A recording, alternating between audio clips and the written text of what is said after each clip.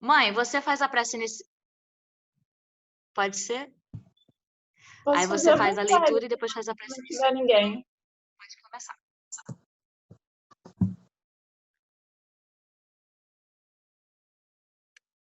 Quando você me adora, em espírito e em verdade, você se junta ao coro de anjos que estão o tempo todo diante do meu trono. Ainda que não possa escutar as vozes deles, seu louvor e sua gratidão são perfeitamente audíveis no paraíso. Seus pedidos também são ouvidos, mas é a gratidão que abre o caminho até o meu coração. Quando o caminho entre nós está livre, minhas bênçãos se derramam sobre você com abundância. A maior das bênçãos é ficar perto de mim e aproveitar a alegria e a paz da minha presença. Louve-me e agradeça-me continuamente ao longo do dia. Vamos orar. Senhor Deus, Pai de infinita bondade, Jesus, nosso bom e amado Mestre, Maria Santíssima, nossa Mãe Maior, amigos benfeitores espirituais que sempre nos assistem, nossos mentores, agradecidos estamos por tudo que recebemos até aqui. Louvado seja, Senhor. Somos tão pequeninos, mas sabemos do teu amor por nós. Queremos pedir, Senhor, que continue a nos abençoar, nos envolvendo essa luz divina, fortalecendo a nossa fé, que possamos seguir confiantes e firmes na direção da tua luz. Senhor Deus, queremos pedir, em nome de Jesus, que abençoe a cada habitante do planeta, onde houver sofrimento e dor, nos hospitais, nos asilos, nos presídios, nas ruas, nos lares. Oh, Jesus, envolva a sua luz em cada um deles, enchendo os corações de paz, de esperança, que haja alívio, que haja mais confiança no teu poder maior. Abençoe os nossos lares, envolva a sua luz sobre cada um, que sejamos protegidos e amparados. Senhor, protege o nosso grupo, fortaleça a nossa fé, para continuarmos seguindo nessa direção da tua luz. Fique conosco, nos oriente, nos conduz, agora e sempre. Assim seja. Que lindo. Quem quer abrir o evangelho hoje? Quem? Levante seu dedinho. Ninguém? Se ninguém quiser, eu leio. Lê então, Lívia, por favor. Obrigada.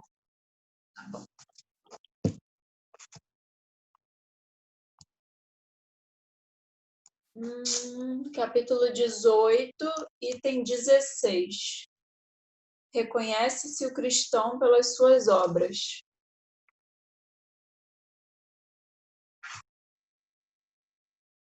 Posso começar?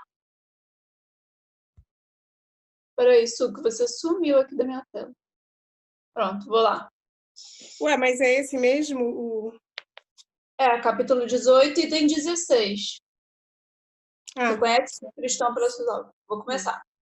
Sim. Aqueles que me dizem Senhor, Senhor, não entrarão todos no reino dos céus, mas só aquele que faz vontade do meu Pai que está nos céus. Escutai essas palavras do Senhor, todos vós que repelis a doutrina espírita como uma obra do demônio.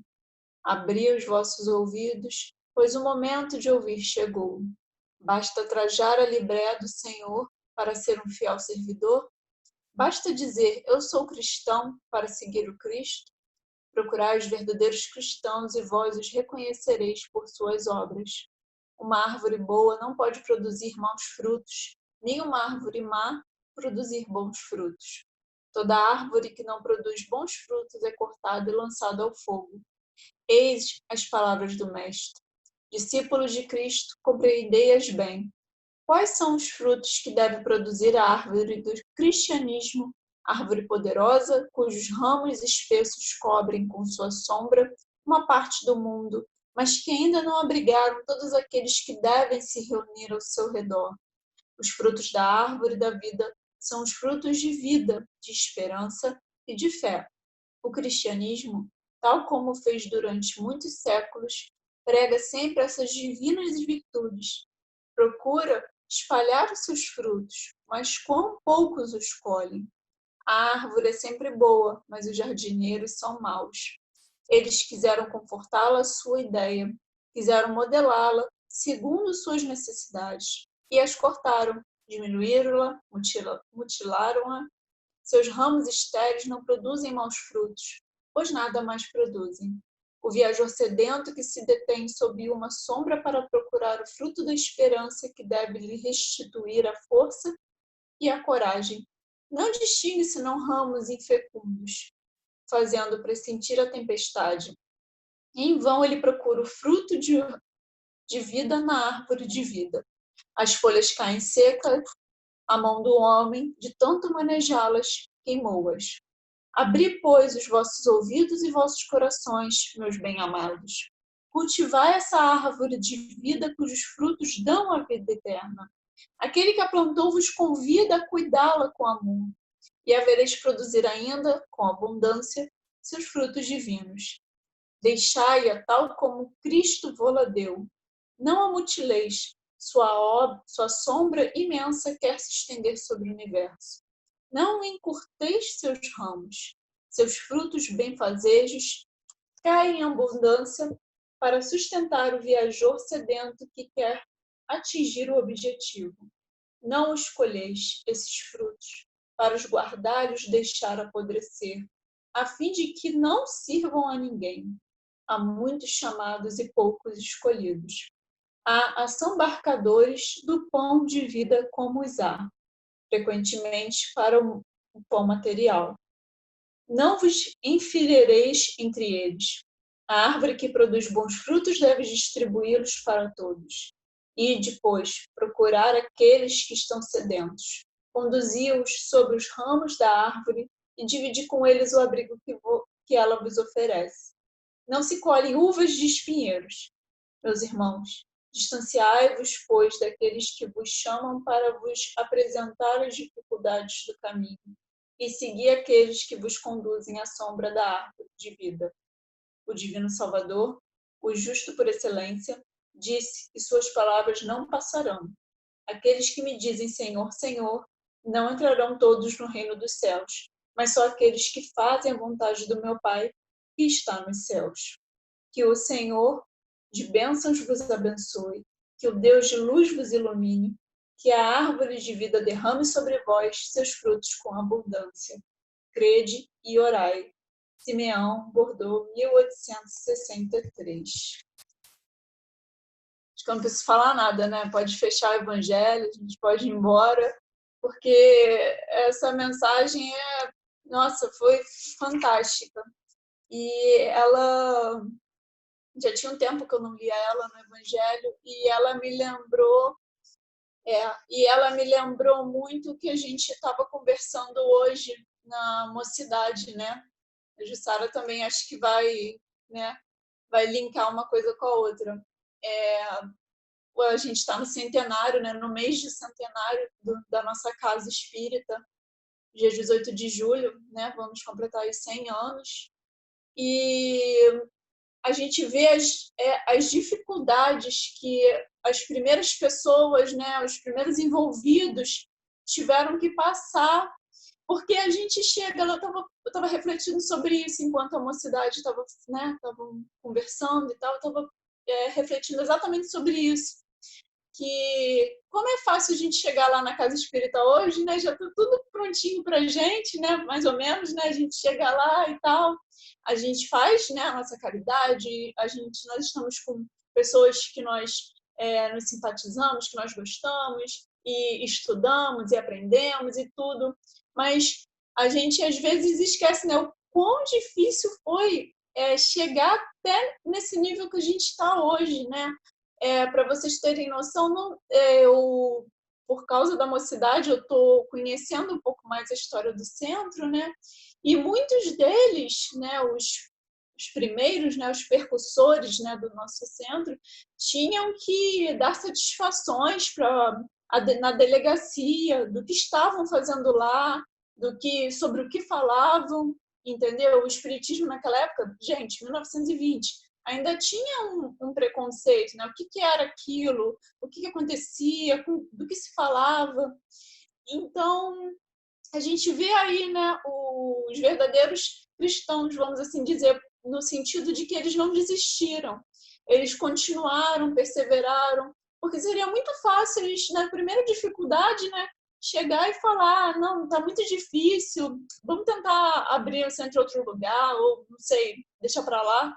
Mas não, eles continuaram e eu estava pensando muito em relação a isso de tarde, o sentimento de gratidão que eu tenho muito em relação a esses antepassados, vamos assim dizer, né? Que contribuíram tanto para hoje a gente chegar na casa espírita e ela ser desse jeitinho que a gente conhece. Porque a dificuldade foi grande, mas eles continuaram e seguiram, e não é à toa que hoje a gente está fazendo, né, 100 anos do nosso fé. Então, eu acho que é muito disso, né? É muito de persistência. Eu acho que isso é muito assim, ser cristão.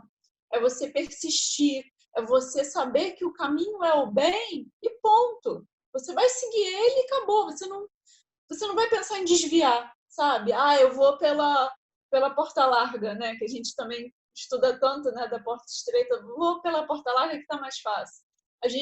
O verdadeiro cristão, ele não faz isso. Ele sabe que a porta estreita vai ser difícil pra caramba, mas ele tá lá, entendeu? E não desiste. A gente pode até, de vez em quando, baixar um pouco a guarda, né, tal, cansar um pouco, mas a gente tá lá. Então, eu acho que é muito isso de ser cristão.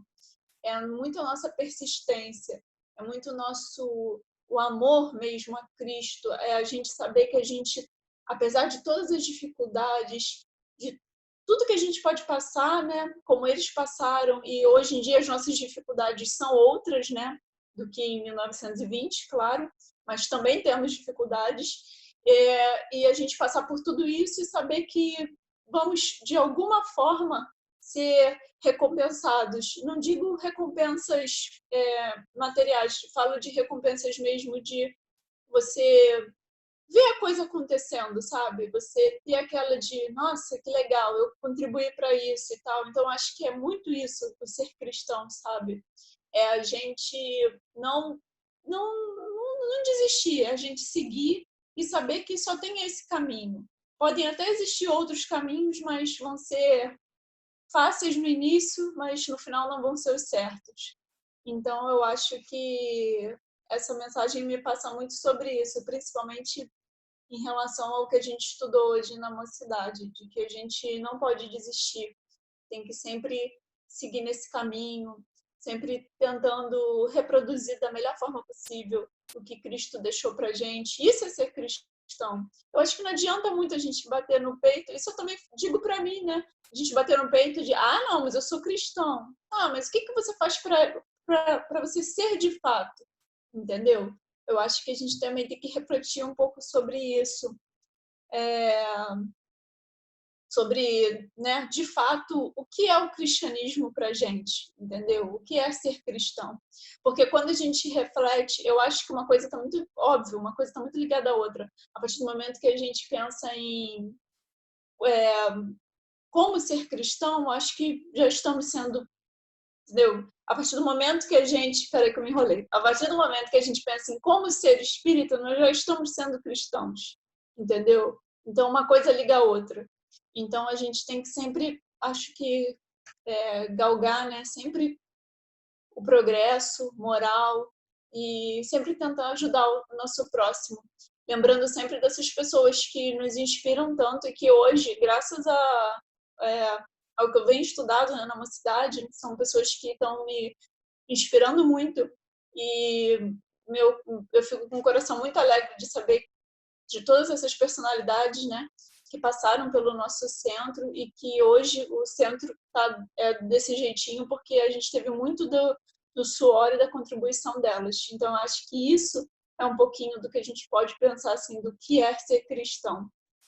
Agora, se alguém quiser falar um pouquinho. Quem gostaria de complementar? Levante o dedinho. Tô sentindo que o Alexandre quer falar, eu tô sentindo isso.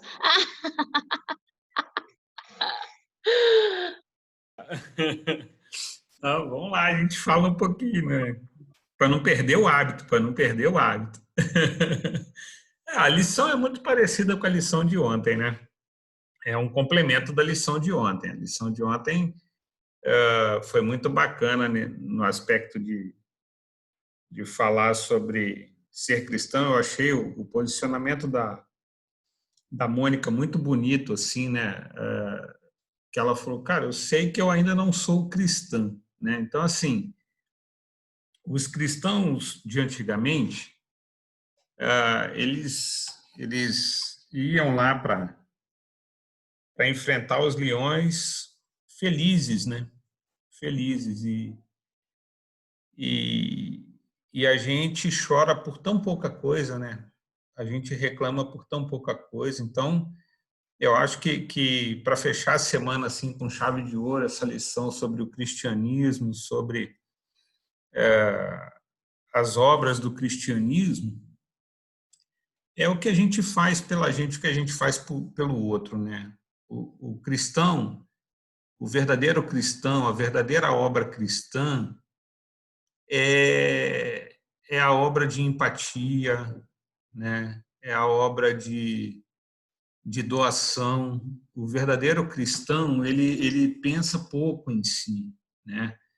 Então, trazendo para o que a Lívia falou, assim, você construir uma casa espírita, você construir, como o nosso Fé está fazendo 100 anos, né? Você não faz isso para você, né? Você faz isso para a comunidade, pelo bem comum, né? Então, eu acho que é legal assim a gente se questionar o seguinte, né? O quanto nosso tem sido dos outros, sabe? O quanto das nossas atitudes tem sido pelos outros. O quanto a gente está deixando de pensar na gente no dia a dia e está pensando nos outros. Essa é uma boa medida para a gente deduzir o quanto nós estamos sendo cristãos, né? Eu acho que é uma boa forma da gente pensar isso. Então, assim, é natural no dia a dia a gente pensar nas nossas mazelas, nas nossas dores. É muito comum, né? A nossa vida, ela é muito fora do eixo, né? Hora você está lá em cima, hora você está aqui embaixo, hora você está lá em cima. E isso, essa tensão que gera o em cima, embaixo, nos faz olhar muito para a gente. Só que eu sempre falo isso, nós somos uma grande família, nós somos um grande um, né? Não existe individualidade, nós somos um grande um, né? Todos nós fazemos parte de uma única coisa, sabe? Então, o quanto de nós está preocupado com o grande um? O quanto de nós está preocupado com o grande um? Sabe? Então, assim, vamos lá. Vamos dar um exemplo bom, assim, né? A gente perde uma coisa que a gente ama muito, tá? Isso nos faz sofrer, isso nos faz doer, isso nos faz querer aquela coisa de volta, isso nos faz... Mas e quem perdeu também? eu estou preocupado com quem perdeu também. Não foi só eu que perdi, né?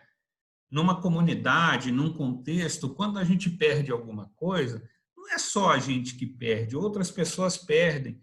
E muitas vezes a nossa postura pode colocar em xeque a postura do outro. Então, ser cristão, eu acho que é isso. Ser cristão é realmente a gente se entender como um grande um e pensar que cada postura nossa gera uma consequência no do lado, né?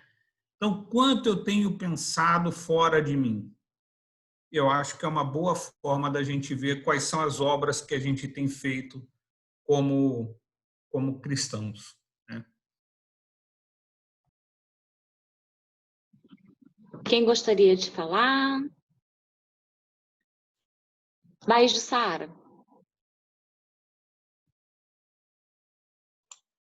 Isso que o Alexandre falou de sermos todos um, é isso mesmo, é porque, não sei, as pessoas, né, parece que quando elas têm menos instrução, vamos dizer assim, intelectual, que eu quero dizer, parece que elas têm mais coração, né? Parece que o coração pulsa mais verdadeiramente. Você vê em locais onde as pessoas às vezes não têm instrução, claro, tem as exceções, é lógico, toda regra tem, mas eu digo assim, nos povos mais primitivos, que eu quero dizer, né? Eles são mais família, numa tribo indígena, né? O meu filho é cuidado pela outra mãe, é filho de todo mundo, não é meu, é de todo mundo, é como se fosse uma coisa só. Isso é muito legal, é importante isso. E não sei se vocês já ouviram falar, acho que é a frequência Schumann. Já viu, Suzana? A frequência do planeta. É como se fosse o coração do planeta, né? Um batimento. E ultimamente tem ficado mais acelerado, de acordo com os nossos pensamentos, a nossa vida agitada. Então, não existe eu, é o todo. O meu comportamento vai influenciar no todo do batimento da Terra. Depois eu vou botar lá no grupo da gente do WhatsApp para vocês verem. Foi, acho que no início do ano, em março, a gente estava naquele perfil Natural Vibe e eles estavam falando muito sobre isso, sobre essa frequência, que é a frequência da Terra. E aí estavam fazendo esse estudo dizendo que estava muito acelerado, mas por conta das nossas energias mesmo. Né? A gente está vivendo acelerado demais. Né? E aí uma coisa vai interferindo na outra. Você vê, às vezes, você chega tão agitado no lugar, numa casa, e as pessoas começam também a se agitar, e é uma confusão, você acaba vibrando naquilo ali. Da mesma forma, você está agitado, chega uma pessoa, calma, calma, respira, calma. E a pessoa vai acalmar ali também, porque você vai conseguir alcançar aquela frequência daquela pessoa que está doando para você. Então, a vida é uma grande doação. Você tem que estar ali, ó, antenado para as coisas, porque o que você faz não existe fora, né? Como te falaram. Não existe, vou jogar o lixo fora. Fora onde? Fora do planeta? Tá tudo dentro, né? Então a gente tem que começar a pensar nessas coisas aí.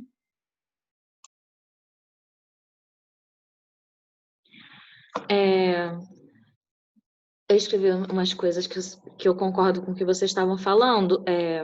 Nós temos que cada vez mais divulgar, né, o ensino de Jesus, usando os recursos disponíveis. E aí eu penso assim, que a gente está plantando uma sementinha hoje com esse nosso evangelho, que a gente acaba deixando no YouTube, né?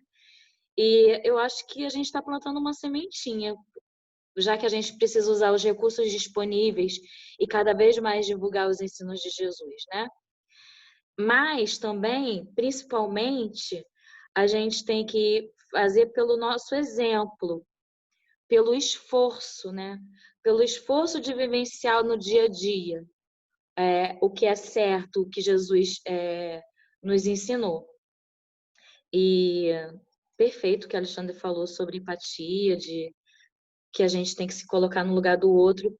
Se a gente conseguir sempre pensar dessa maneira, vai dar certo, vai fluir bem, porque eu só vou fazer com o outro aquilo que eu quero que faça comigo. Então, aí o que ele falou sobre o Fé, né, que está completando 100 anos, poxa, plantaram uma semente que foi o fé 100 anos atrás, olha só. E a gente está aqui aproveitando os frutos hoje. E aí eu fico pensando assim, qual semente que a gente está plantando hoje para os nossos descendentes poderem aproveitar também? Tá, vamos plantar mais sementes. Vamos botar só esse evangelho aqui, não. Vamos pensar em mais coisas para a gente poder fazer mais coisas para poder os nossos descendentes colherem os frutos, igual a gente está colhendo do fé, né? Alguém quer complementar alguma coisa? Nosso tempo já está quase acabando, mas dá para falar mais alguma coisinha. Quem quiser. Eu achei Acho tão interessante ter sido quase a mesma leitura de ontem, as frases, várias frases caíram direitinho, igual ontem. eu acho que nada é por acaso, né? Tudo vai se complementando, tudo vai se encaixando. E então vamos fazer a nossa prece final? Sim? Amanda, cadê tu? Ah, tá ali. Cadê tu? Tá ali. Pode fazer a prece final, você? Faço sim. Ei. Então vamos fechar nossos olhos.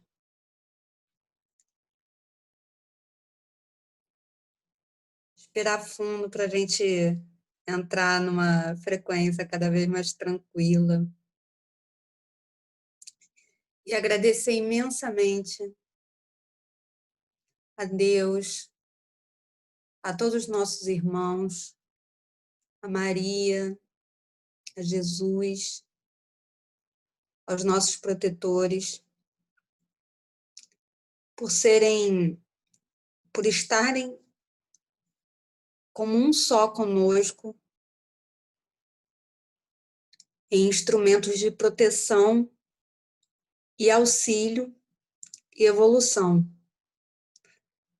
Porque são essas trocas que a gente passa por aqui que faz com que todos, de alguma forma, se sintam influenciados, positivamente ou negativamente, mas que, de uma forma ou de outra, Deus ajeita as coisas para que aquilo seja instrumento de aprendizado e evolução. Que as leituras e as reflexões façam perceber como a gente, como indivíduo, pode contribuir positivamente nesse processo para que o todo se torne uma só luz. Uma luz de paz, de amor, formada por muitas centelhas, muitas estrelas, muitos seres divinos, que é cada um de nós. Basta que nós nos percebamos assim e, sobretudo, que hajamos como luzes, sempre tentando, sempre buscando acertar, sempre nos perdoando e seguindo em frente, nos ajudando. Pedimos a fluidificação da água, que todo o nosso entorno e nossos amigos que estão precisando de ajuda nesse momento, e nossos irmãos também, sejam auxiliados, e que assim, nessa sensação de paz,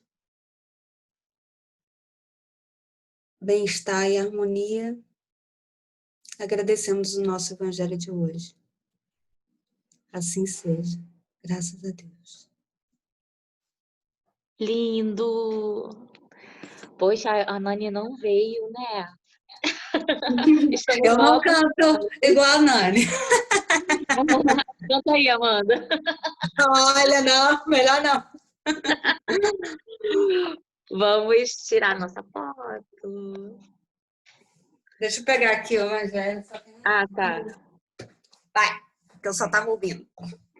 1, 2, 3 e sorrindo. Pronto, pode se mexer. Um beijo, gente! Beijo, Concluída! beijo! Tchau, boa noite. Tchau. Beijo. Bom café para quem for fazer agora.